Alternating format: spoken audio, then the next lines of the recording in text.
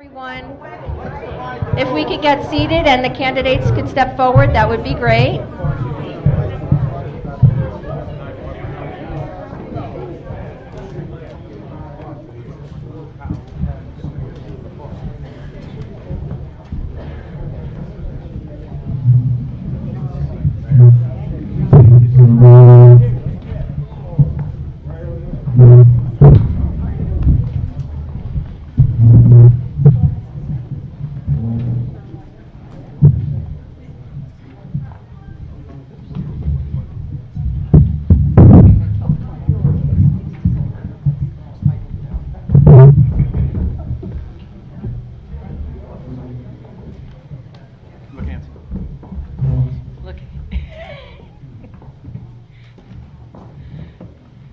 Be like everybody else, say pizza.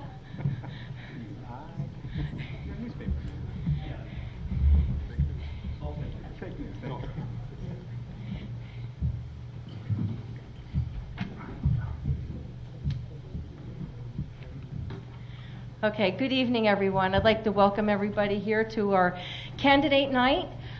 We are in a unique position because we have all 4 candidates for our Township Committee, and not just Republicans, not just Democrats, but we have everybody here. So we are going to be asking questions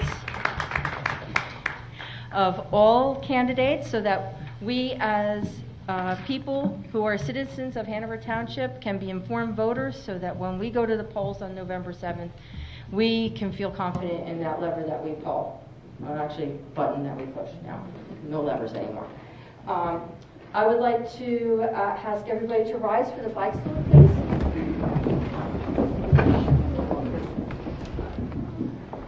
I pledge allegiance to the flag of the United States of America and to the republic for which it stands, one nation, under God, indivisible, with liberty and justice for all.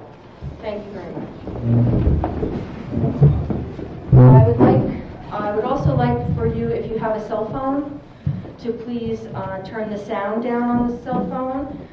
You are more than welcome to answer your phone, but if you want, please step out. That would be very nice. Also, I have a note from George Coppola that he had asked me to read, so I'm going to read that. It says, "Dear Terry, as mentioned to you at our last Township Committee meeting, I truly apologize for not being able to attend tonight's debate." It's really not a debate, it's a forum. "Any other night but this Wednesday would have been fine. Unfortunately, I have a long-term commitment with the Knights of Columbus that has a considerable number of brother knights depending on me. On a personal note, as for the forum, I believe that perhaps it is a new trend that should be carried on in the future for future elections. For that, I extend my sincere thanks to you and all your associates who organized this event. Lastly, my best wishes to all the candidates on a successful and informative evening. Respectfully submitted, George." Thank you. Okay.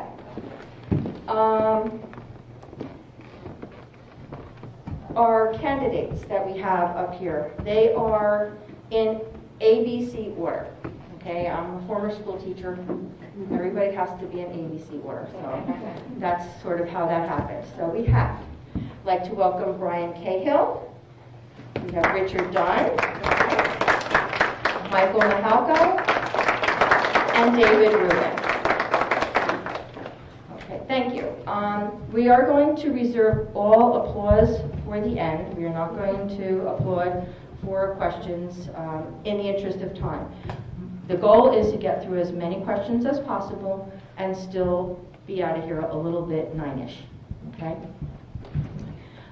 Before the event, everybody pulled a number as to who is going to be giving the opening statement first. And when they have their closing statements, they will be going in reverse order.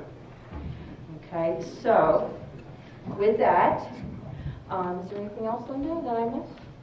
It's a very informal meeting. We have to have discussions. The cards. Oh, the cards, yes. The cards. If you could make sure that if you have questions, the questions will be asked of all the candidates. They are not going to be directed at any one candidate in order to be fair and balanced. So when you write your questions on cards, please write them for all, with that in mind, that it's going to be for all the candidates who will answer the question. Okay? If they put them up in the air, I'll come collect them. Yep, and if you hold them up in the air or give it a little shake, Linda will come and get it for you so you don't have to get up. Okay? Thank you. All right, for opening statements, our first person to go for opening statement is David Rubin. Now, because we're starting out and I'm in charge of the PA, okay, we have to make sure that you speak into the microphone. So you're going to share and you're going to make sure you speak in. Can you hear me now? Yeah, all right. Okay. Okay, now each candidate has 3 minutes for an opening statement. My timer, Lisa Klink, will be timing them. When they have 10 seconds remaining, you'll see her hold up the yellow card. Okay? And when they have no time left, she will hold up the red card. Okay? Thank you. Okay, David. First of all, let me just say thank you everybody for coming. Thank you, Terry, for putting this on.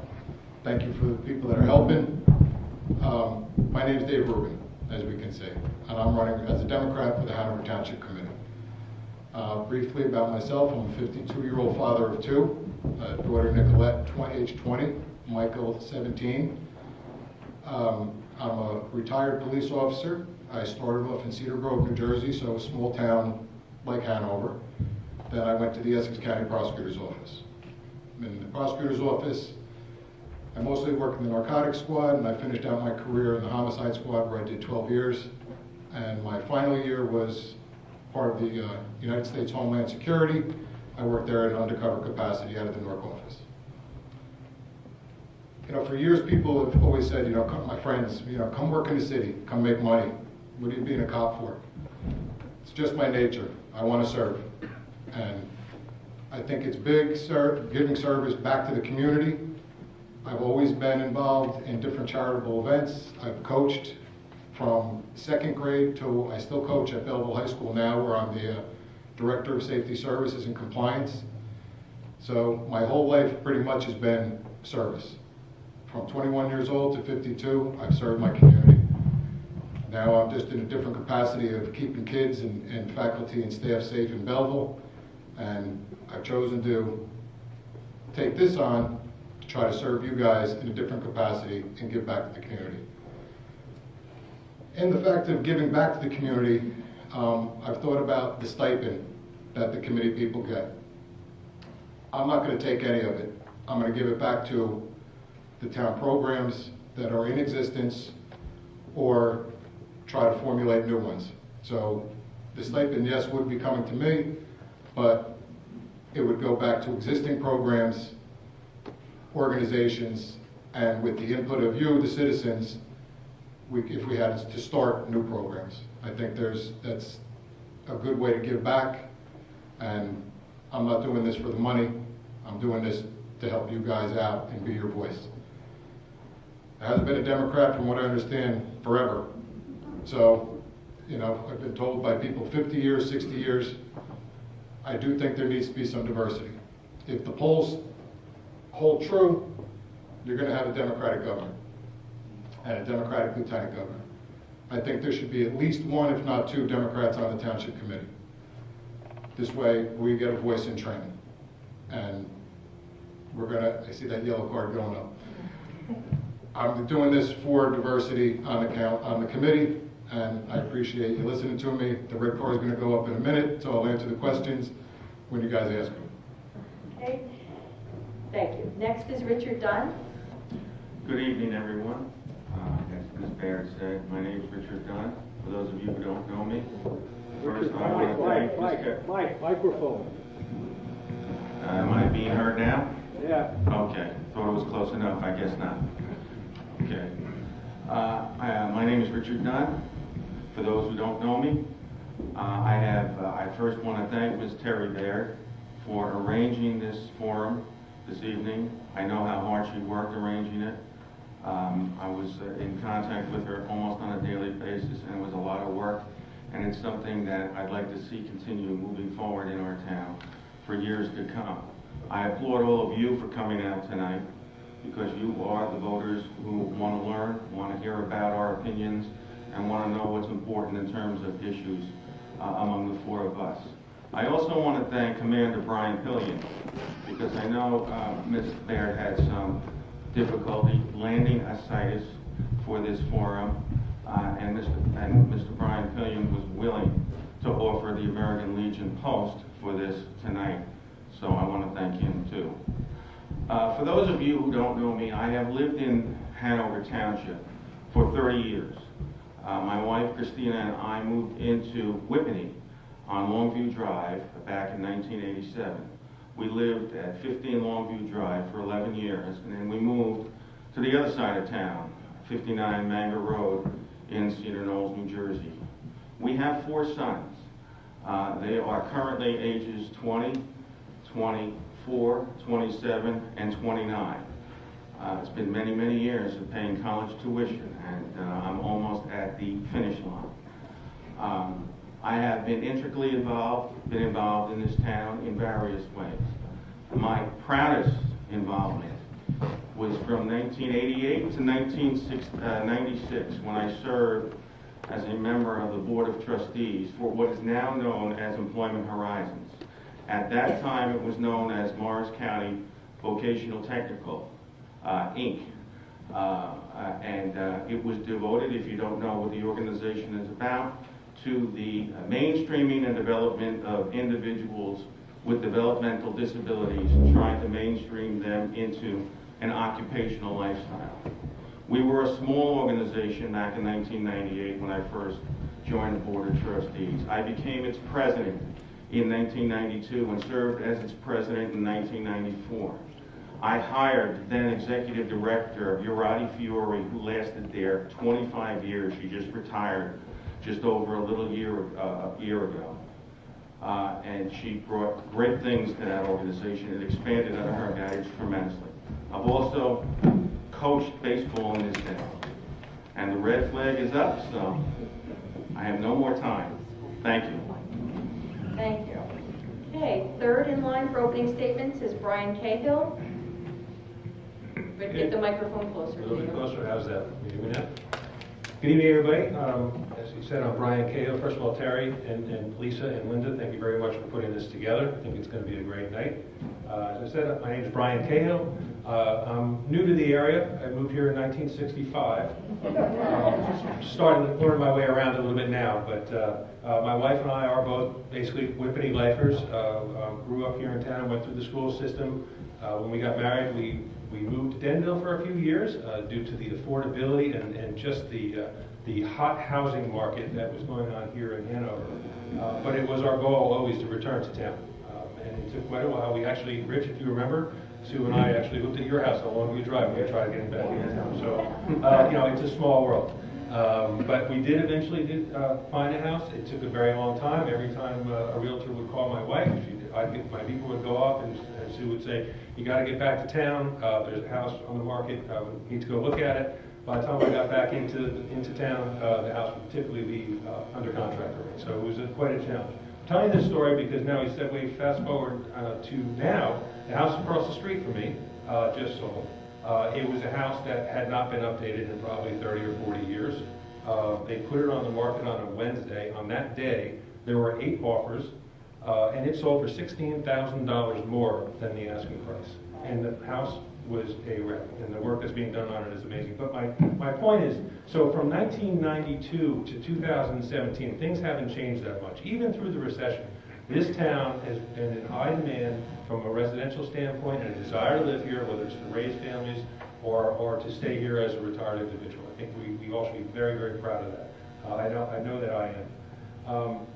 Big reason for that, of course, is because we have a well-run government, and that's why I'm here, and I'm asking for your vote because I think that I can contribute to that and keep things running as smoothly as they are. Real quick to talk about some of my qualifications.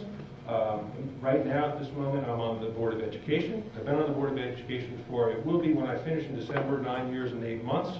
I was president of the board for 2 years and 8 months, and I've served as either chairman or a member of just about every committee on the Board of Education. So there's physical plant, there's finance, there's curriculum, there's personnel, public relations. So a lot of work and a lot of meetings and a lot of dedication there. That is a non-paid slot, it's a volunteer slot. I did that, it will be close to 10 years. Additionally, while on the Board of Education, I've also been the liaison to the Township Committee every single year that I've been on the board. So my role there was to communicate and interact with the township leaders. Sometimes back in the day, if there were budget questions or that sort of thing, these are the things we used to coordinate with. I'm also currently vice chairman, thank you, vice chairman of the Schools and Parks Traffic Safety Committee. I hope I get the opportunity to talk some more about that. Ace Gallagher is the chairman. We've got a lot of work. And I have so much more to say, but okay. Thank you. Okay, thank you. And next is Michael Mahalko. Good evening, everyone. Thanks for coming out. Terry and ladies, thank you so much for doing this. This is a great forum. This is why I want to get involved. We need people.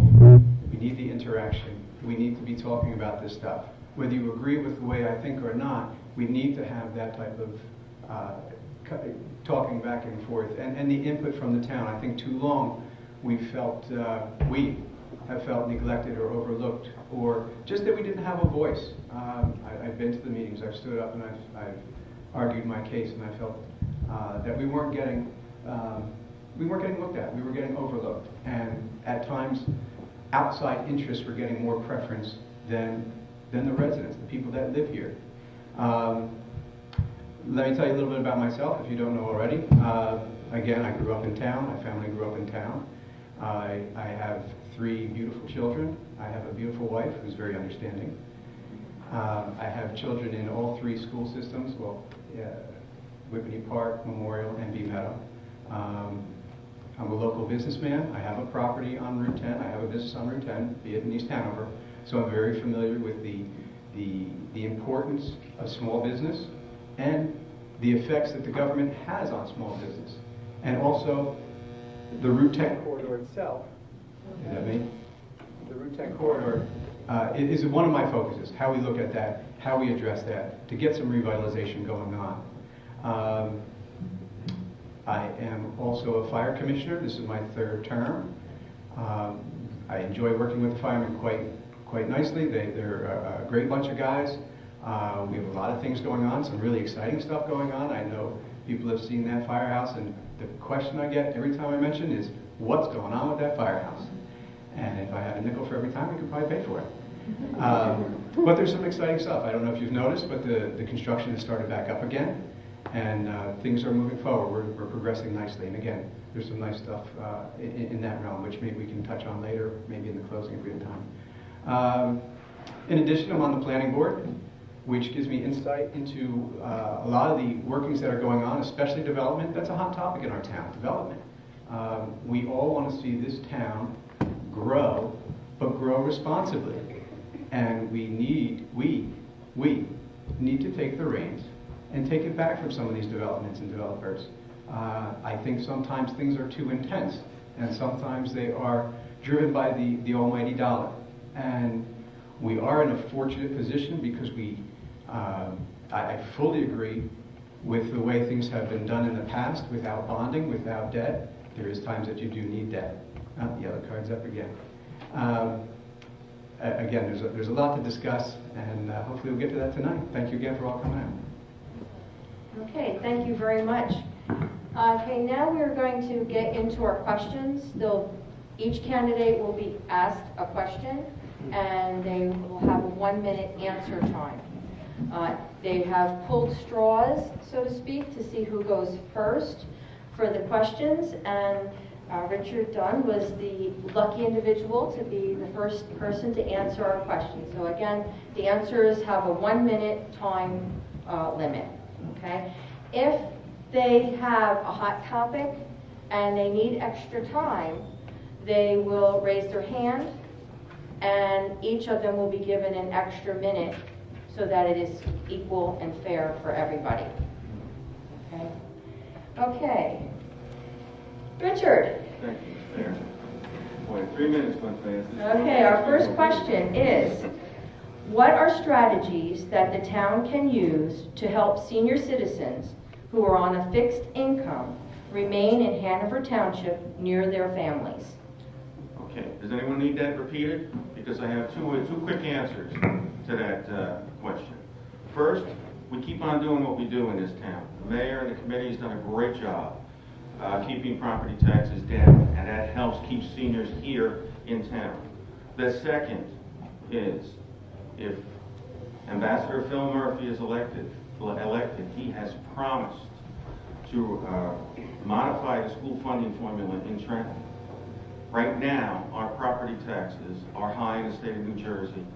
20% of funds out of Trenton come to each town on the average. He is going to change the funding formula so that each town gets more. A large portion of our property taxes include school taxes. And if he changes the formula to increase that contribution from Trenton, it'll help seniors stay here over a longer period of time. Thank you. Okay. And with our questions, we are moving left to right in ABC order after the first person goes first, and then they'll be rotated as to who goes first. Okay, so Mike Halco. When it comes to it,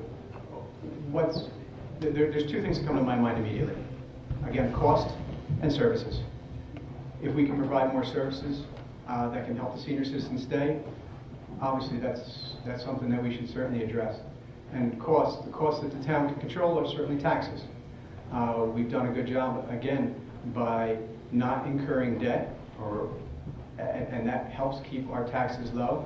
We're very fiscally responsible. Again, I commend the men that are sitting here that have kept that going for years and years, avoiding the debt whenever possible.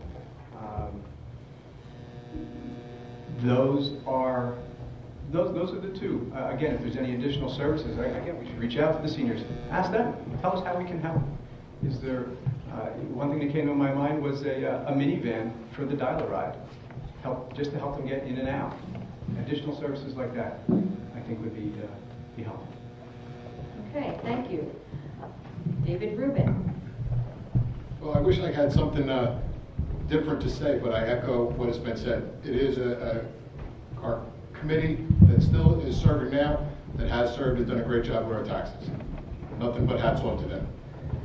Services, yes, we have to speak with our seniors. We have to see what better services we can provide for them. Have committee meetings with them. Have them come and have a voice. That's another thing. It's, Terry got an email about who cares what the politicians are doing, they don't listen. Well, seniors are probably the biggest and most important people that we do need to listen to, because we can't squeeze them out. We can't overtax them. We can't push them out of town. They want to stay here, rightfully so. It's a nice town. So I want to hear from the seniors. I think probably everybody up here would want to hear from the seniors. Keep the taxes low and provide whatever best services we could. Okay. Thank you. Brian Cahill. So it's really tough being last for questions like these, because I echo everything that these gentlemen said. So I'll change it up a little bit, think a little bit outside the box, and share a discussion that we had at one of our school and parks traffic safety meetings. It was during the winter, and the discussion was around sidewalks not being cleared during snowstorms. What are we going to do about it, particularly around the schools, the dangers that put forth to the children trying to get to school. And the conversation quickly turned to, but what about the seniors? We can't come down, as a government and as a police force, we can't come down hard on the seniors. Limited resources, perhaps physically not able to clear the steps or the sidewalks as they'd like to. So in thinking out of the box, this is not something that local government can do and pay for. It's not realistic. I mean, that's being fiscally responsible. But what we talked about was forming something with the high schools, and forming some community service and putting some program together so that might be able to address it. So just thinking out of the box, that's the way we might want to look at things like that. Okay, thank you very much. Okay, question number 2 will be started by Michael Mahalko. Okay, and the question is, it seems that the Township Committee votes unanimously in almost all instances. In this next term, would you strive to bring diversity and difference of opinion in the deliberations, and how would you achieve this? That's a good question. I've noticed that myself. Why isn't there more dissension? You certainly can be 4-1 and 3-2. I will vote my conscience. I will vote. You'll know, hopefully by the end of this night or through our discussions henceforth, about where I stand on these, and I will vote the way that I feel is best for us in our town. I don't think it should be unanimous. I don't think that, how do you achieve this? Again, by us voting for conscience and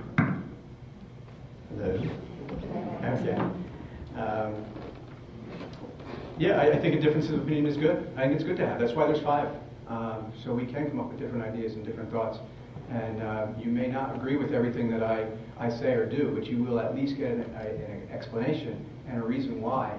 And I will do my best to convince you of my viewpoint and where I'm coming from. Or at least they'll understand. And we can go from there. Okay, thank you. Next. Well, the key word in this question is diversity. That's why I'm running. That's what I said in my opening statement. There has been a Democrat elected in 50 years. We need a seat at the table. Diversity also, listen, I've said it before. I'd love to see a female on the committee. I'd love to see a female in the police department. I went to the Cedar Knolls Firehouse open house on Saturday. I saw females, makes me happy. We need diversity. We don't have to agree on everything, but we have to get along, and we have to do what's best for the town. So if I can convince other committeemen how I'm looking at something, or they can do that to me, no matter what, hey, the majority wins. But I'm going to get my opinions and responses from you people in the town. If I feel one way, I'm going to ask you guys, how do you feel about it? This is why we're here. We're here for you, but we do need diversity on the committee. Okay, thank you. Brian Cahill? So I'll let you in on a little secret. If you go to a Board of Education meeting, 99% of the time the board is going to vote in unison. What goes on in the committee meetings and in the executive sessions is far, far different. There have been some very, very spirited discussions, feelings hurt at times, but we worked it through. The way it works is we have committee meetings, members of the board belong to different committees, we file reports, reports to the other board members, questions are asked, questions are answered, we come to some agreement through compromise, and when it all works well, which it has been working well, by the time we hit the boardroom or the board meeting, we're able to vote in unison. Now, I'm not saying that'll necessarily, it's the way it works here, and again, I'll echo what these two gentlemen said before. I'm not in any particular camp. I will vote my conscience. I'll vote what is best for the residents of Hanover Township, and that is the only thing that I'm going to do. That's the reason why I'm running. Okay, thank you very much. Okay, next. Well, this is an easy question for me, because for those of you who already know me, you know I have never been shy in setting forth my opinion, whether it is in the majority or in the minority. For those of you who don't know me, I'm an attorney. For 35 years, I'm a litigator. I challenge everything. I am going to decide votes on the basis of facts, research, whether it's in unison with the rest of the Township Committee or not. It's going to be based on facts and how I believe it would work in the best interest of our town as a whole. So I have no problem setting forth an opinion that is adverse to the majority of the opinion, even if I have to stand alone. Okay, thank you very much. Okay, we're moving on to question 3, and first up is David Rubin. Okay? Okay. The question is, the Township Committee has recently passed ordinances to update the density of housing on some tracts of land in town. For example, there is a request before the Board of Adjustment about 26 Parsippany Road, where the builder is requesting over 140 units when the current ordinance only allows about 56. Would you be willing to override the Township Ordinance by increasing the density in order to appease a future building site owner, and how would you justify this decision? Well, every case is going to have to be taken case by case. This example on 26 Parsippany Road, no, I'm not for it. I went to the meeting, the BOA meeting. I think it's a public safety nightmare. I think it would cause a lot more traffic problems that we already have. and if it was zoned for one thing, then that's what we build on. You know, I'm not gonna say that we can't meet somewhere in the middle, or go up one, or go up two, but what it's zoned for is, that's what I think is what it's gonna go on that property. And from what I've heard from people on both sides of the spectrum, that's the way most people feel. Now, other cases may be different, but I can't speak in general about down the road. I can only speak for this one that I do know about and what I read about and hear about. I would have to take it case by case, but as this one, I would not overturn the ordinance. I would leave it for what it's zoned for. That's what you build on. Okay, thank you. Brian? So I don't think you're going to hear too much divergence from any of us around that. I mean, obviously, everything does need to be handled on a case-by-case basis, and there are different circumstances for each of those cases. I don't want to talk specifically about 26 Parsippany Road. That could, you know, if we do make it on, two of us make it onto the committee, it's probably not a good idea to talk specifics. But in general, my feeling is that if somebody, an individual or an entity, buys a piece of property and they know what it's zoned for, that's where they should start. Now, there are reasons, and there are compelling reasons sometimes, why they want to may have that adjusted. So we need to take that into consideration. COA is one example. And things associated with COA that might bring about litigation that might cost the town more than we are prepared to pay. And there are a number of reasons like that. So individual cases, depending on where we are, but I do believe that we should try to minimize high density as much as possible. Okay, thank you. Richard Dunn. Thank you. Yeah, it has to be on a case-by-case basis. It can't be a general proposition because each situation is different. And if any of you were at the State of Hanover presentation that was beautifully delivered by our mayor, Ron Francioli, back in May, you'll remember that he talked about how we have to move forward by attracting millennials. Now, I know, having a son 29 years old who lives in Hoboken, that he lives in high-density housing, and millennials want to be close to mass transportation. You know, 12 years ago, he couldn't wait to get his driver's license. Now he could care less. He doesn't have a car. He's glad he doesn't pay auto insurance premiums. So depending upon the location, we have to look at it on a case-by-case basis. This particular project, I'm leaning against because of the increase in traffic in an already high-traffic area. Okay, thank you. Michael Mahalko. This is not a 1-minute question. No, it is. But to get to it quickly, to answer the question, I'm not in favor of raising the ordinance that has already been set. There's a reason for that. I spoke with the men that made that ordinance.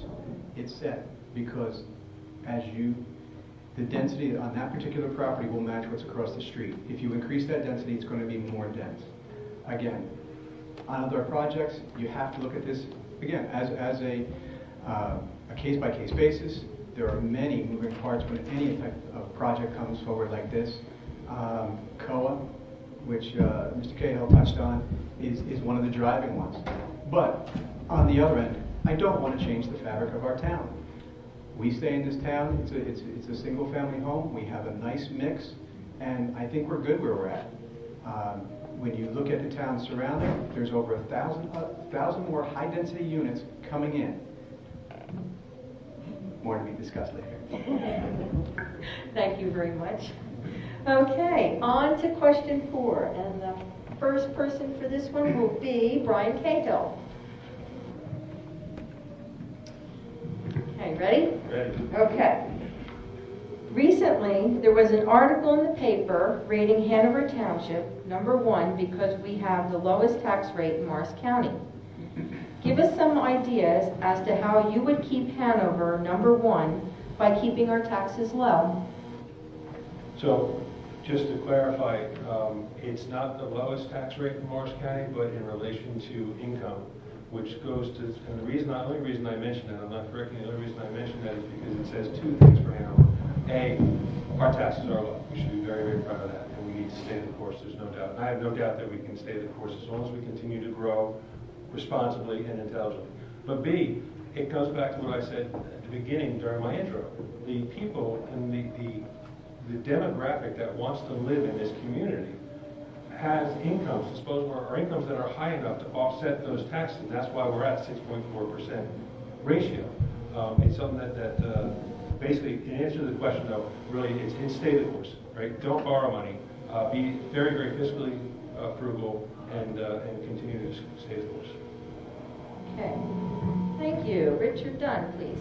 Can you move the microphone maybe a little closer? Okay. Sorry. We okay now? That's better. Thank you. Okay. And again, like Brian said before, a lot of these questions are going to engender answers from all of us that are similar. I mean, for years, at least 5 years running now, we've maintained a tax base that's been low due to the hard work of the committee. They've done that in large measure by inviting quality ratables to town. I know there's many people who are against, well, especially MetLife. I've talked to a lot of people who are unhappy about MetLife being constructed on Parsippany Road, but the fact of the matter is, they are quality rateable that offsets the property taxes for us as residents, and as long as they present their building in a beautiful fashion, or it works for this town. And it's balanced. It's balanced between bringing in commercial businesses and maintaining open space. Okay, thank you. Next. Again, I think we're going to find we're all in agreement. Both gentlemen touched on two important factors. The balance, the ratables. When we talk about development, we've got to talk about ratables. Ratables is money coming in. Housing is not ratables. So you bring in MetLife, you bring in the Hanover Avenue corridor, those are good quality ratables. That helps, again, offset those taxes. And again, staying the course. I am in most cases against debt. Debt, you're paying for money. I'm never going to say never, although I think we're touching on the next question. But I think we're in agreement. We need to maintain the quality of our town, and those two items are really where we need to focus. Again, quality ratables and managing the town properly. Thank you. Next, David Rubin, please. I got nothing. I agree with these guys. I agree with them. I moved to this town because it's a beautiful town, low taxes, pretty good services. Stay the course. Do think that I think would be great if we could get some good, smart growth on Route 10, that on the Hanover Ave, get some good businesses in there. Stay away from the high-density housing, because that's not going to help us out with the tax base. Bring good business in, continue what we've been doing, what the committee has been doing, what they have done in the past, and I think we'll be okay. Okay, thank you very much. Okay, on to the next question. Richard Dunn, you'll be first. Okay, you might want to move your microphone a little bit. Okay, question number 5. Would you ever support Hanover borrowing money through bonding? What would be your reason for or against? Well, right now, in the state that Hanover Township is in, there's no need for it. So the answer is no right now. But circumstances do change. And I don't know if those circumstances will change over the next 3 years if I'm elected to the Township Committee. But if they do change, you have to reevaluate your decision in this regard. Because you have to do what's best for the town. And I know that overall debt is not considered, or bonding is not considered an avenue that most people would go down.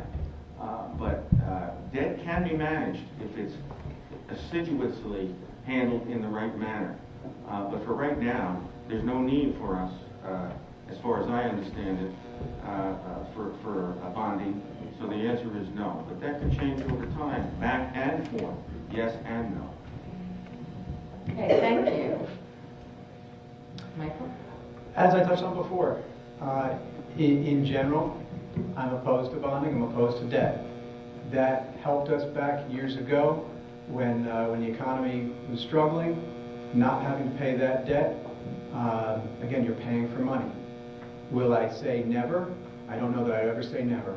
There could be some finite instances where we would need to, or potentially if there's an overwhelming good for the town, then we should certainly look at it.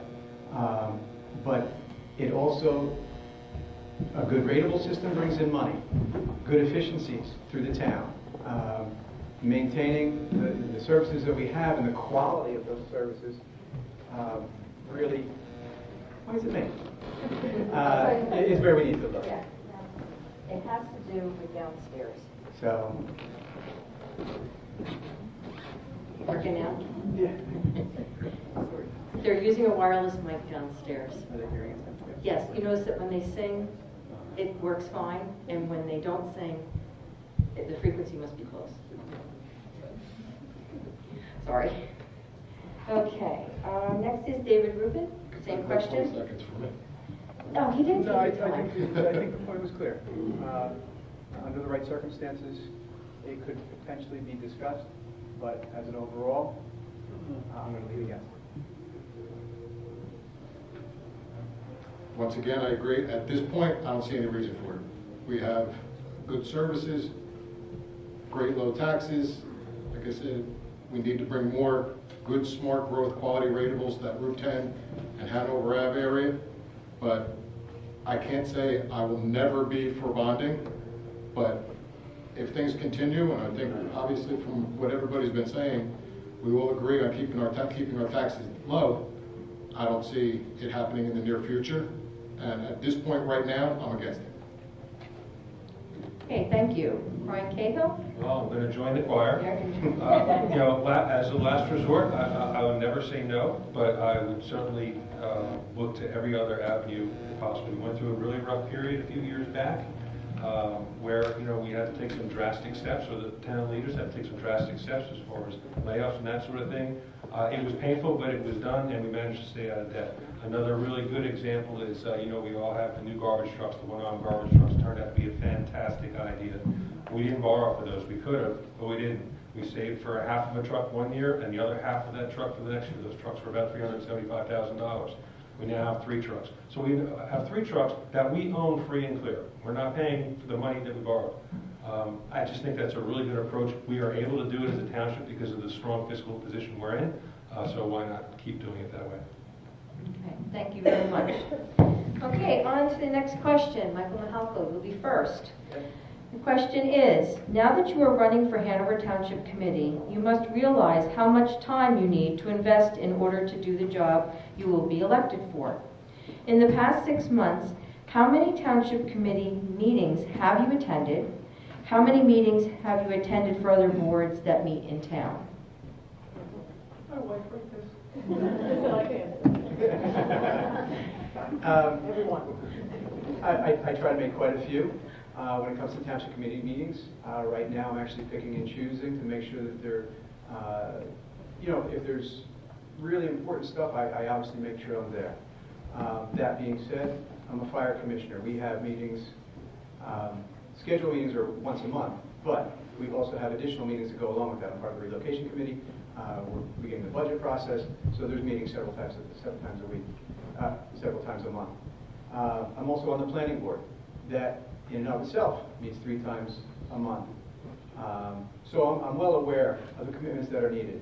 And when I brought this up, even in the initial stages, I spoke with my family, I spoke with my friends, I spoke with several elected officials also, and they cautioned me and said, you know, this is it takes a great amount of time. And I have good people that work for me and with me, and family that's very understanding, and just leave it on, when you want something done, you give it to the busiest person. Thank you very much. David Rubin?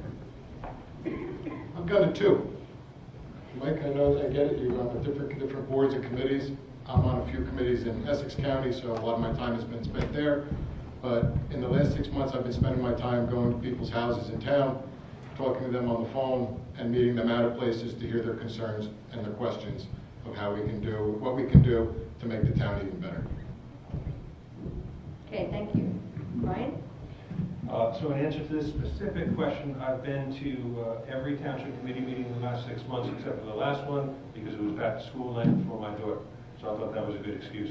I've also attended the work sessions that which occur prior, just trying to get a feel for what's going on. I stay in those as long as I can until I'm asked to leave. There are legal sessions as well. And just very quickly, I'm well aware that also, I'm kind of in Mike's situation, scheduled monthly Board of Ed meetings, executive sessions for certain issues, committee meetings that happen during different times of the month. So as far as being flexible and being available, it's tough, but it's certainly doable. We've been doing it for a long time now.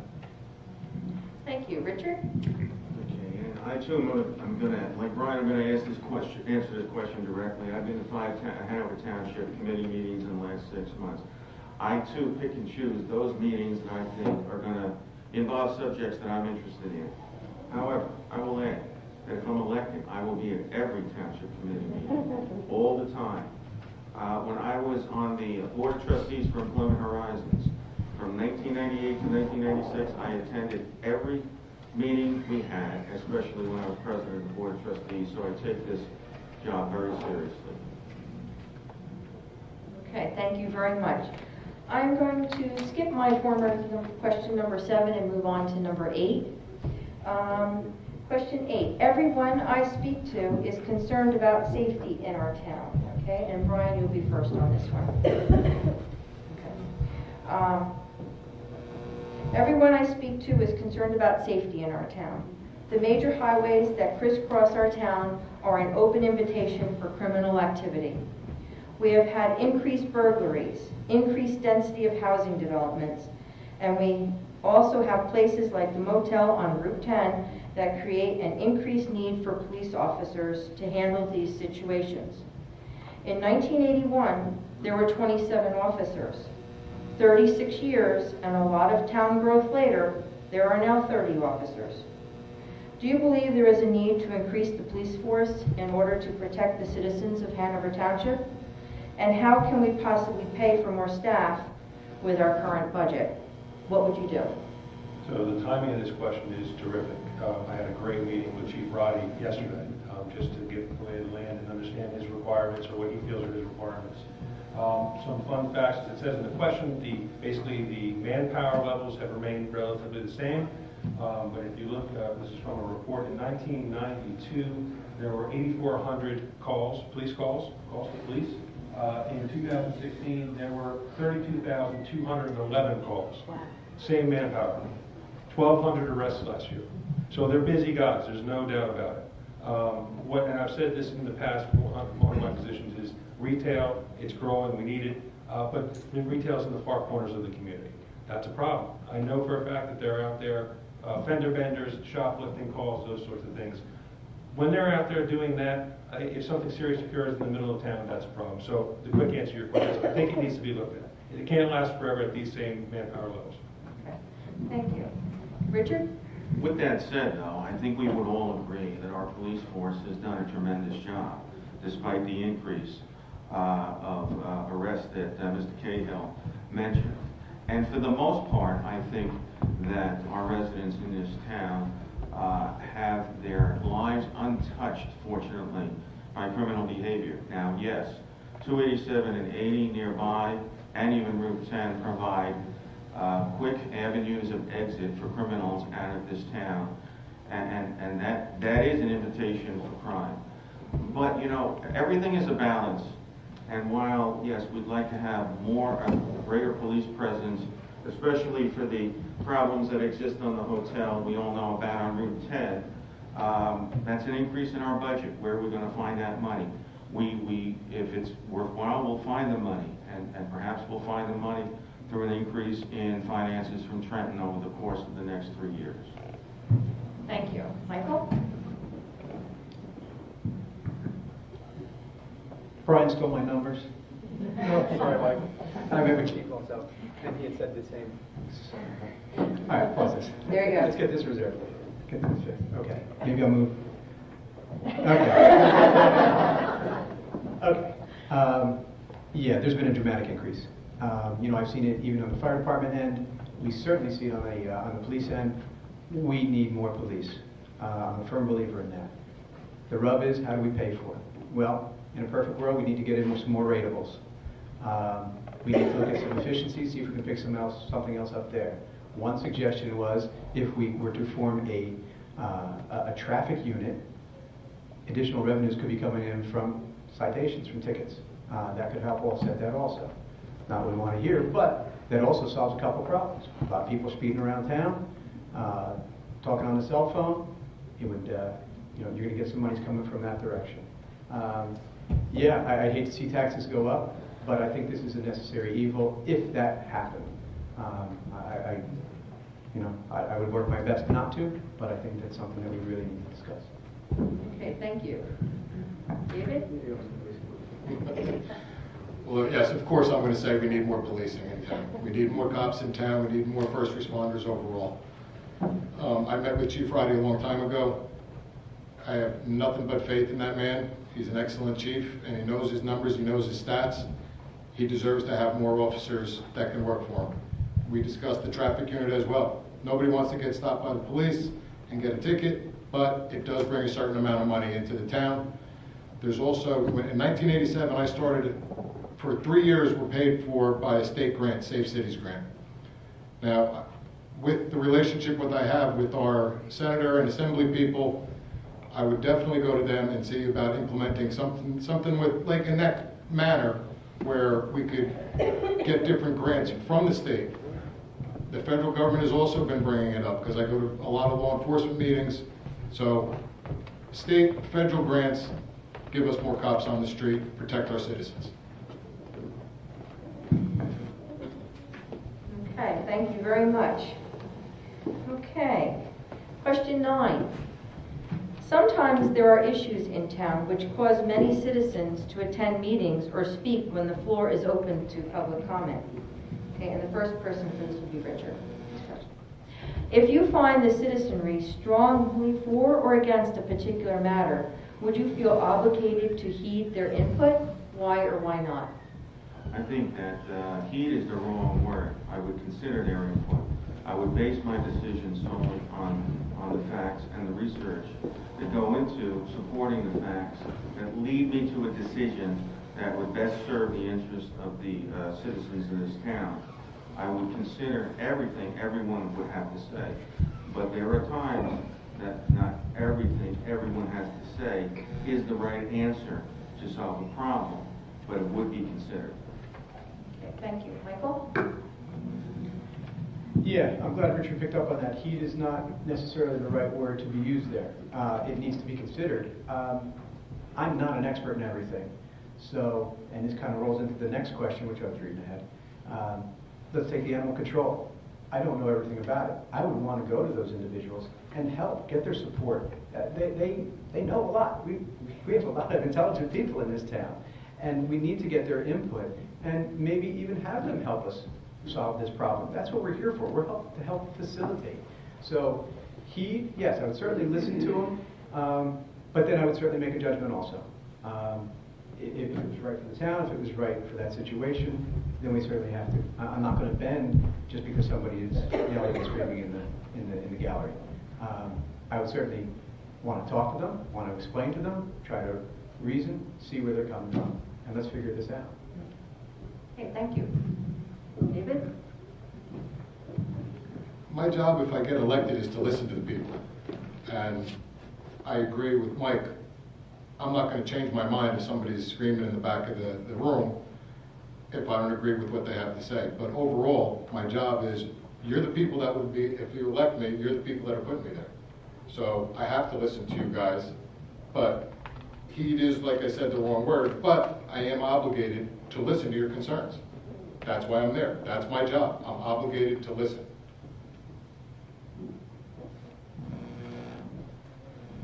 Okay, thank you. Ryan? So yes, I agree. I mean, I think we all want to support the will of the people. It's funny, I'll just reflect on a Board of Education experience, because there are some times when not only can you not heed or properly respect the will of the people, sometimes there are real reasons for that. Sometimes those reasons can't be discussed in public. And very quickly, second meeting as a Board of Ed member about 10 years ago, there was a bus driver that was about to be let go. That bus driver had done something completely accidental, Nobody was hurt, but there was some insistence that that bus driver be terminated. I was against it. John Sheridan was against it. He was on the board at the time. We went back into executive committee. This is one of those times where we fought about it and fought about it. At the end of the day, I can tell you now, DIFAS was involved. There were other legal entities involved. We had no choice in the matter whatsoever. The people that left the audience that night were not happy with us at all, but we were forced to make those tough decisions. Okay, thank you very much. Okay. You guys look pretty good. Okay, not too bad. It's good. Yeah, going smooth. Okay, all right. Question 10. And the first person for you, Michael, that's you. Except for the microphone. I know. That's the microphone. Okay, we're going to talk loud then. Okay. Okay. The topic of animal control has become a hot topic in the past, which forced many residents to come to committee meetings to voice their displeasure. As it stands now, the town is contracted with St. Hubert's. If a change of service provider was suggested, would you only look at cost to make your decision, or base it on the wide range or lack of services provided, as well as kill rates within the servicing organization? That's a good question, but I think it goes even deeper. I would want to know the specifics. It's not about money. It's not always about money. That's not what our position here is. But when I first heard about this situation arise, I knew very little. I didn't know anything about it. But I would go to those people, bringing those concerns, get their input, and let's figure this out. Educate me. I don't know everything. Tell me the pros. Tell me the cons. Let's get to the facts. Let's get to the truth. And maybe it wasn't Parsippany or St. Hubert's. Maybe there's a third option we should be looking at too. Maybe there's a fourth option. We have a lot of intelligent people in this town, and we need them. We need their input, regardless of who we are up here. We don't know it all. So, we would need to look at it. It's not dollars and cents for something like that. This is not apples and oranges. It's you got to look at it. Okay, thank you. David? I agree. It's really not about money. I would talk to people like Lisa here about the different shelters and what services they provide. And that's coming from me, my family. I push my friends. We've all rescued. We've always rescued all our dogs. I think they even rescued a guinea pig one time. I don't know, but it came from someplace. So it's not about the cost. It would be about getting enough knowledge of where and why we should go or should stay with a certain service that's being provided by one of these shelters. Okay, Brian? So yeah, this was an interesting topic, and I was at those meetings, and yes, very interesting. I can tell you right now that if I were on the committee and I voted to engage a shelter that had a high kill rate, I wouldn't be allowed back to my house, first of all. So that's black and white right there. But seriously, you're right. There were other options. Again, there was a lot of talk behind the background. Again, I was sitting in the work sessions. I listened to some of the conversations that were going on. We would have to look at everything. Certainly, nobody wants to hire a shelter based on money savings, knowing that animals are going to be, put to death for no really good reason. Okay, thank you. Richard? Well, when I was a child, growing up in Paramus, New Jersey, in my neighborhood, I was known as the rescuer of all animals who fled their homes away from their owners. Some owners were happy about it, some weren't. But that's the predicate for I'm a lover of animals, and like Brian, if I voted for a shelter that had a high kill rate, my wife would lock the doors and not let me back in, that's for sure. So cost is a factor. It's always a factor in every decision we make, but it can't be the only factor. It has to be one of the many factors.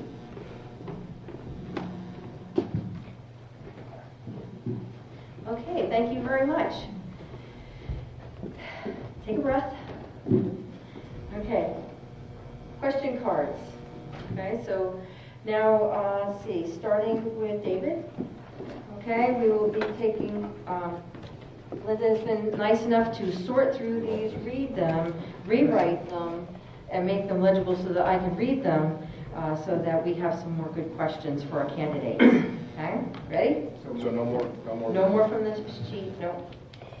Nope. It's cheap. Nope. Now I'm getting cold. Bring it on. All right. What was the driving reason to run at this time rather than at previous years? And what is your vision for Hanover Township in the next 4 years? My desire to run was because basically I was tired of Chris Christie and a certain group always being in control of a certain area, as I've said about 3 times. Nothing against anybody on the committee, nothing against any of these guys up here. There need to be diversity, and I think the Democrats need a seat at the table. The vision is to keep things going, get good growth, good quality growth, smart growth, keep our schools good, not any high density housing, give our citizens better services, and keep those low taxes. Do the best we can. Okay, thank you. Brian, if anybody needs me to reread the question, I'm more than happy to. So the question is, why now? Yeah, basically, Right. why now? So And what's your vision for the next 4 years? I've been on the Board of Education for 10 years while my 3 children were going through the school system. I've been the senior member of the Board of Education for a number of years now. It was just time. It was time for me to move on. I like to keep busy, and I like to give, and I like to serve, and that really is the catalyst. There was an opportunity, so I threw my hat in the ring. If I didn't do it this time, I probably would have done it sometime in the future, perhaps asked or tried to serve on some committees, but that's what I would have done. My vision for the future is, we're, as a town, from a development standpoint, we're trying to become strategic. We're getting there, but we have a lot of steps to go. When we're bogged down in tactical, 26 Parsippany Road, this is one issue. It's not talking about the entire Route 10 corridor. We're trying to get to that place where we can. And I think if we can do that, we're going to enjoy a lot more success in the township. Okay, thank you. Richard? Some of you may remember that I did run in the past. I ran 3 years in a row between 2010 and 2012. But I am running again because I have the time to devote to the Township Committee, and I want to be involved in government. I've always been interested in government and politics and want to be intricately involved and put my name as a stamp on the achievements in this town. My vision, Brian touched upon one of them, to improve the perception that we have on the Route 10 corridor. I have ideas about that if I start mentioning right now, that yellow card will go up and I won't be able to finish. So I don't want to talk about it in a piecemeal fashion. All of you can talk to me about it later, but I have ideas about that Route 10 corridor and how to improve it. So I'll leave it at that since I have 10 seconds left. Thank you. Michael? So again, why now and what's the vision? So why now? I've been very involved for a long time. I've seen the direction the town is going. I wasn't satisfied with where it was. I was appointed to the planning board, which was, it was huge. It was a great learning experience. I learned a lot of what's going on, the moving parts. There's a lot of intelligent men that are active, that bring a lot.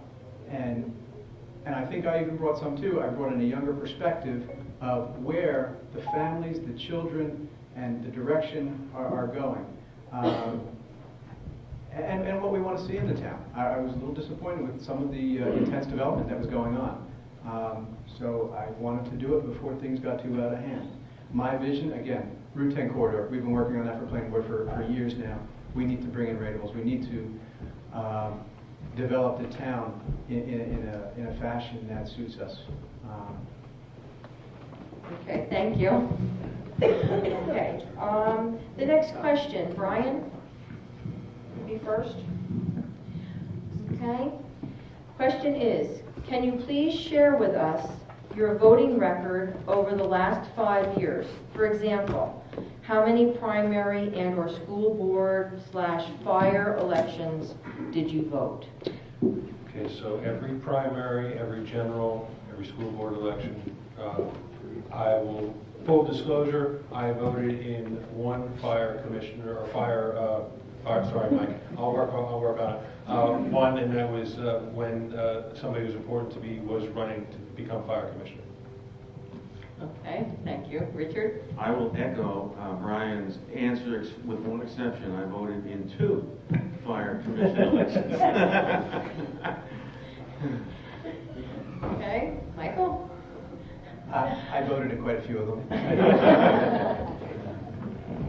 Yeah, we try to be as active as we can and make, I don't know if I list them off the top of my head. I try to get out, especially for the general. We need to have our voice heard. I'm sure it's not a perfect voting record, but we do the best we can. Okay. David? I have far from a perfect voting record, because if I don't like a candidate or I don't like anything that's being said, I don't vote for a party just for voting for a party. I vote for who the best person is, or best group is, or what the best idea is if it's put up for a vote, but I don't vote for parties. So my voting record is less than perfect. We'll leave it at that. Okay, thank you. Okay, another question from the audience, and we're going to begin with Richard. Okay? The question is, recently many local businesses have left Hanover Township to go to other towns. For example, Tuesday Morning, Planet Fitness. What are your thoughts on this, and what do you think could be done differently to keep businesses here and attract new businesses to our town? Well, again, this question clearly directs itself to Pine Plaza, because those businesses that were mentioned in that question came out of Pine Plaza. There's a problem with Pine Plaza, and it begins with the 2 primary shareholders of the property group that own the property. Again, 1 minute isn't enough time for me to devote myself to the solution that I think I have, but just quickly, I'm an attorney, I'm a litigator. One of the answers, I think, is for the town to go into court and file condemnation proceedings. I don't have enough time to explain the potential outcome or whether I think we will win. What it will do is will force those 2 primary shareholders who don't talk, who don't get along, who have not been able to come to the table for anyone, our township, or my neighbor who's in property development, who's been seeking to get them together, to come together. Litigation will, and at that point, we can seek a resolution. Okay, thank you. Michael? Can you read it again, please? Yes. Recently, many local businesses have left Hanover Township to go to other towns. Tuesday Morning, Planet Fitness. What are your thoughts on this, and what do you think could be done differently to keep businesses here and to attract new businesses to our town? Okay. He's absolutely correct. You're talking about Pine Plaza. That has a unique set of issues. I can see that also happening somewhere else, possibly Morris County Mall. But you should count the number of businesses that are coming in. The Hanover Avenue corridor is developing quite nicely. There are, I couldn't tell you the chapter and verse of how many more businesses have come in, but there's growth breeds growth. Building breeds building. I think when we start getting into Whippany Village, if we can ever get some movement on that, oftentimes they've heard me mention, we need to start pushing to get these things moving forward. Whippany Village, you start that, I feel that's a linchpin to our town.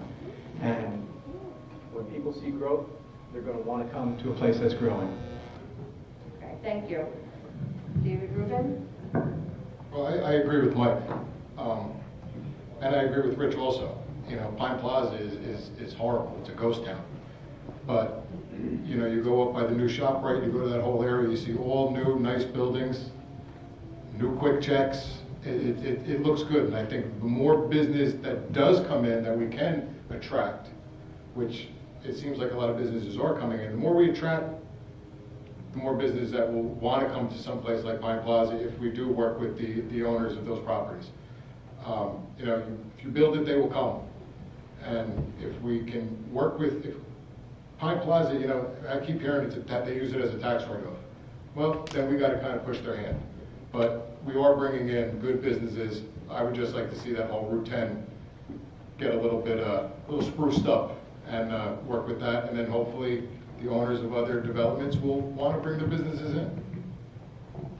Okay, thank you. Brian? So once again, it's tough to be number 4 because I'm in violent agreement.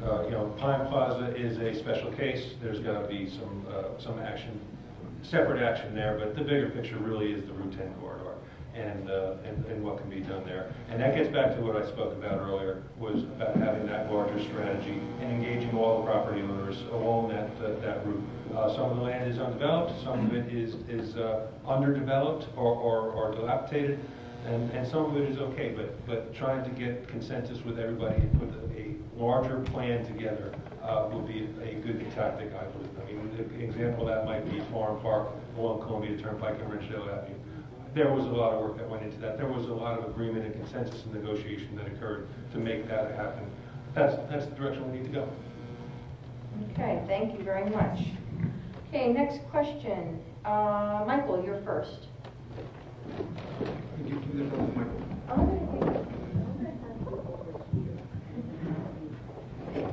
Okay. All right. And let's try that. Can you hear me? Yeah. Is that better? Okay. Talk into the microphone. Because when it moves over to him, For some reason, it seems to be working better. That was my plan the whole night. I'm just trying to make sure your voice is heard. Okay.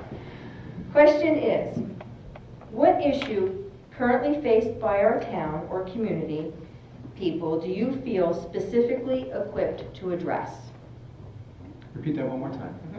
What issue currently faced by our town or community people do you feel specifically equipped to address? Okay. Again, the Route 10 corridor. I have a business on Route 10. I am very familiar with it. I'm on the planning board. We've been working very hard. We redid our sign ordinance. We've redid the ordinances about what we're allowing on Route 10. We've changed that. We've re-examined everything. And that gives us, again, that insight. For those past 3 years, I tried to stay quiet and tried to listen and learn. And we've been really working hard to improve it and improve other areas of the town too. You can't just narrow it to a Route 10 corridor, but also most of the development. And again, pressing ratables, trying to bring ratables in in businesses rather than in housing. Okay, thank you very much. Okay, David? Public safety is my biggest thing that I'm equipped to help with. 25 years law enforcement, director of safety services in Belleville, where I have 35 retired police officers, which are still considered law enforcement, armed in 9 schools. I oversee them. We have vehicles. I've been been serving the community, and now I protect kids and faculty and staff. I'd like to work on building our police department, especially with and having them interact with our youths and seniors in all different programs. You know, the opioid situation is out of control, not just for youths, but for seniors. I think that with all the training and a larger and more better police department, my mouth's getting dry, we could handle a lot of situations and make everything better. But I think that would be my niche, is public safety. Okay, thank you. Brian? So I think 2 areas, one more important than the other. But first, I think my background in education, the 10 years I've spent on the board, being that connection to our school districts, we all work together. Our budgets are relying on each other, so maybe it's shared services and that sort of thing. So that's one. But the other one, maybe not so important, but it's something that I think I can really contribute to. I've spent probably 17 years in many, many different roles in marketing. And right now, my group's role is responsible for content marketing. So our websites, I work for a multi-billion-dollar technology company, our websites, our social strategies, our public relations departments, and those sorts of things. Those are what I'm responsible for. There needs to be a way to communicate the facts to people who are asking questions better in this community. I appreciate very much the various Facebook sites that are out there, but we need to have a method so that the right information is available at the right time so that we're all talking about the issues on the same plane. Okay, thank you. And Richard? One of my hot button issues for why I even ran has to do with my desire to eliminate the liquid butane gas tankers that have been stored in this town. Now, I found out just before this forum that the butane gas tankers have left our town. I don't know whether that means they've left them for good or it's just a temporary situation, because I understand from what I heard the regions in this country affected by the hurricanes needed obviously need a lot of things, but they need butane gas tankers. So currently, they've left our town. But because I'm an attorney, I can address myself to and understand legal issues that affect this town quickly. And that's where my expertise lies. And I was going to explore legal action in connection with those liquid butane gas tankers if elected. Okay, thank you very much.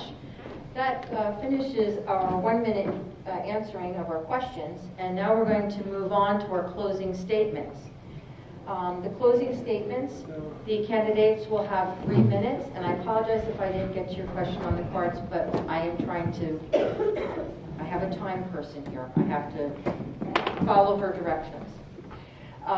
The closing statements will be 3 minutes long, and they will be done in reverse order from what the opening statements were done. Okay, so the first person to go for a closing statement will be Michael Mahalko. And we're going to make sure your microphone works first, because I want to make sure. Thank you, David. I appreciate you. Yeah. Again, thank you all for coming out. Thanks for listening. We have a wonderful town here. That's why we're doing this. We do it. I do it because I care, and I want to maintain the quality, the service, the good town that we grew up in, the good town that we moved to, and I want to preserve the integrity of it. We sit here and we say this and say that, but the fact is we have a good town, but we can make it better, and that's what I'd like to do. I want to make it so my kids want to stay here. I grew up in town. When you're in college, you want to move away, but you know where I came right back to? Right here. It's a good town. And anyone who you can drive down the street and wave to a neighbor, that to me is important. The issues, I bring a lot to the table. I've been with the planning board, I'm a fire commissioner, I've dealt with contracts, I've dealt with individuals, I've dealt with people in negotiations. I have a small business, I'm used to working with budgets and stretching that budget, working that budget dollar, and making it. We got a budget meeting coming up for our fire department, and we got some very big demands coming up. And by the way, there's a lot of fun stuff coming up with the fire department. If you haven't noticed, they're starting construction again. Things are back on track, and we're excited about that. So, again, thank you for coming out. Thank you for your support. And hopefully we'll get your vote on the 7th. Okay, thank you very much. Next for closing statement will be Brian Cahill. Thank you, Terry. And yes, thank you everybody for coming out. It's nice to see a decent crowd come out and listen to the issues. We have a lot in common as the four of us. There's not a whole heck of a lot that we necessarily disagree on. I think a lot of it has to do with the approach that we take to these things, and that comes with experience, or the experiences that we've enjoyed throughout either our careers or our public service. In my eyes, I believe I'm qualified. Again, I've talked about the board of that a lot. It does give you a good idea of the legalities and the mandates and the things that one needs to deal with when you're dealing with government. I've also been involved in the School and Traffic Safety Committee. I didn't get much of a chance to talk about it, but it's a really great committee. We've done a lot of things to improve the safety through working with the township leaders, the police department, and the schools for close to 3 years now. I've been vice chairman of that. I've also been a volunteer on East Hanover's One Day, One School program, probably since its inception, I think for at least 7 years. So I've been involved. I really enjoy being involved. I look at myself as a consensus builder and not an arguer. I know there are going to be issues that the committee does not agree on, and that's going to happen. And I think that through dialogue and through intelligent discussion and not politics, I think we can get a lot done. So with that said, I would appreciate your support, and I'm really honored to serve as the Township Committee. Thank you very much. Okay, the third person for closing is Richard Dunn. I too will indicate my thanks for you all come out. I'm glad you're interested. That 3 minutes in my opening statement went by quickly, and I didn't finish everything I wanted to tell you about my qualifications. I mentioned during the course of answering questions that I've been an attorney for 35 years. For the last 23, I've ran my own law firm. And I specialize in the area of litigation for employment discrimination. I represent people who get terminated from their jobs on the basis of discriminatory reasons. For those who don't know, but plenty do who are in this room, I coached baseball in this town for 20 years. I have 4 sons, so it took many years for them to go through the Little League system. But I was also assistant manager and manager of the American Legion baseball team for 3 years. This very institution. Unfortunately, we don't have a baseball team that comes out of American Legion anymore, but I enjoyed very much the opportunity to coach young minds and to guide them. As a result, I feel, and also I mentioned Employment Horizons, and Employment Horizons grew beginning with my presidency. And for those of you who are familiar with its workings, like I said, I'm proudest of all of my service to Employment Horizons, but it is a tremendous organization that does a lot of good for people who need our assistance. I've come up with budgets. We had to with the Employment Horizons. I've had to, not only had to balance cost with money making in 23 years of running my own law firm, but I'm coming to the end of 13 consecutive years of paying college tuition, 3 of those double tuition. And yes, in a year and a half, when I'm done in May of 2019, I'm going to pat myself on the back because my sons all went to very expensive schools, which is a good thing and an unfortunate thing from a cost standpoint. But I'm very proud of them, and 3 of them who are out are all doing well. So my wife and I have done a great job with our sons, and all those things put together will allow me to add a lot. And one more thing I'd like to say. When I was in law school, I realized about a year and a half in that they were only trying to teach me one thing, and this is why I became a successful lawyer, is that you could present the same set of facts to 10 different people, and 10 different people will look at it in 10 different ways. And boy, are we in an era now where that is more true than when I graduated from law school in 1982. But what it allowed me to do was to think a lot about how different people think about the same set of facts. And that allows me to achieve resolution and compromise for difficult issues. Thank you. Thank you. David? I don't think I'll take the full 3 minutes. It's getting late. I'm not a politician. I've been a public servant since I was 21 years old. I'm 52 now, like I said, between law enforcement and somewhat law enforcement now in the school systems down in Belleville. I just want to be able to serve the community.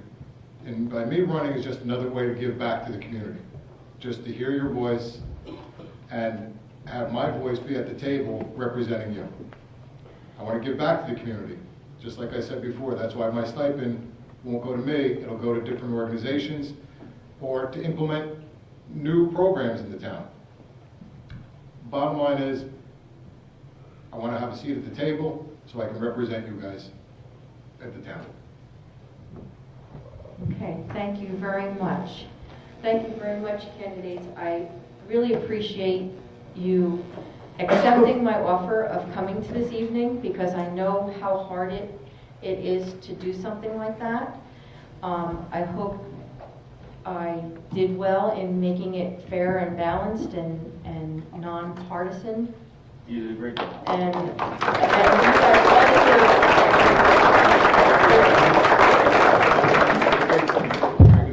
Thank you.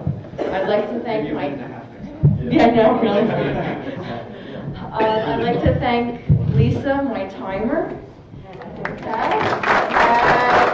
Linda, who has been my question person. would also like to remind people that we didn't quite get all the funding on the GoFundMe for the video recording. Like last I checked, I think we need like $155. So if you could ask a couple of friends to chip in a couple of bucks, that would be really great. Everybody should have gotten a lottery ticket or my raffle ticket. Did everybody get a raffle ticket? Okay. Can you grab the rest of the raffle tickets? And we want to make sure that everybody gets one. Okay? And we'll put the rest of them in. Hang on a second, everybody.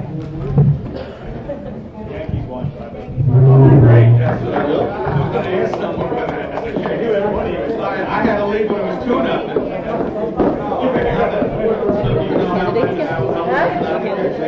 Okay. Don't leave me yet.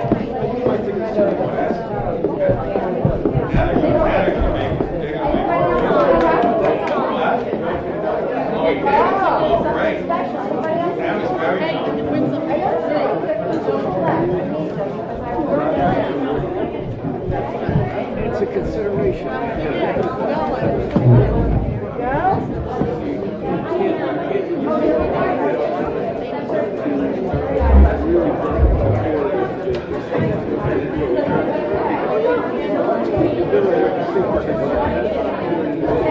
So 30 more seconds. There you go.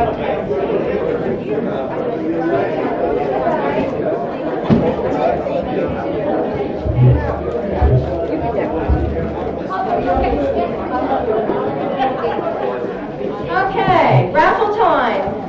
Come on, shake that bag. You better, and Lisa gets to pick. And it'll be her fault if you didn't win.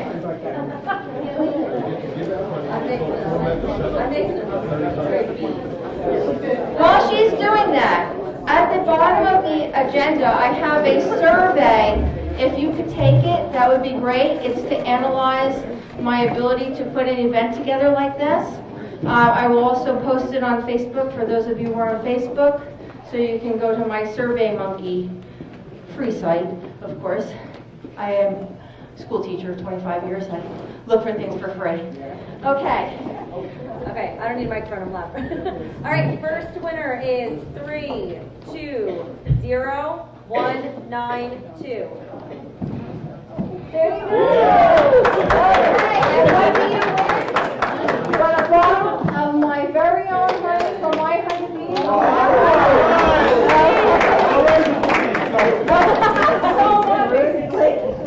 Okay, and we can have another winner. Pull another one. What did you do with that? Oh, pull another one. I thought we all the bottles there. Okay, one more bottle. One more pull.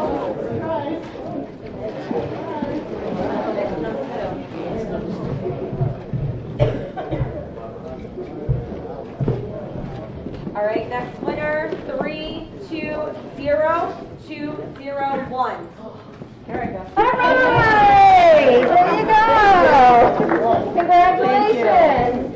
And a third winner, so I can't. This goes right here.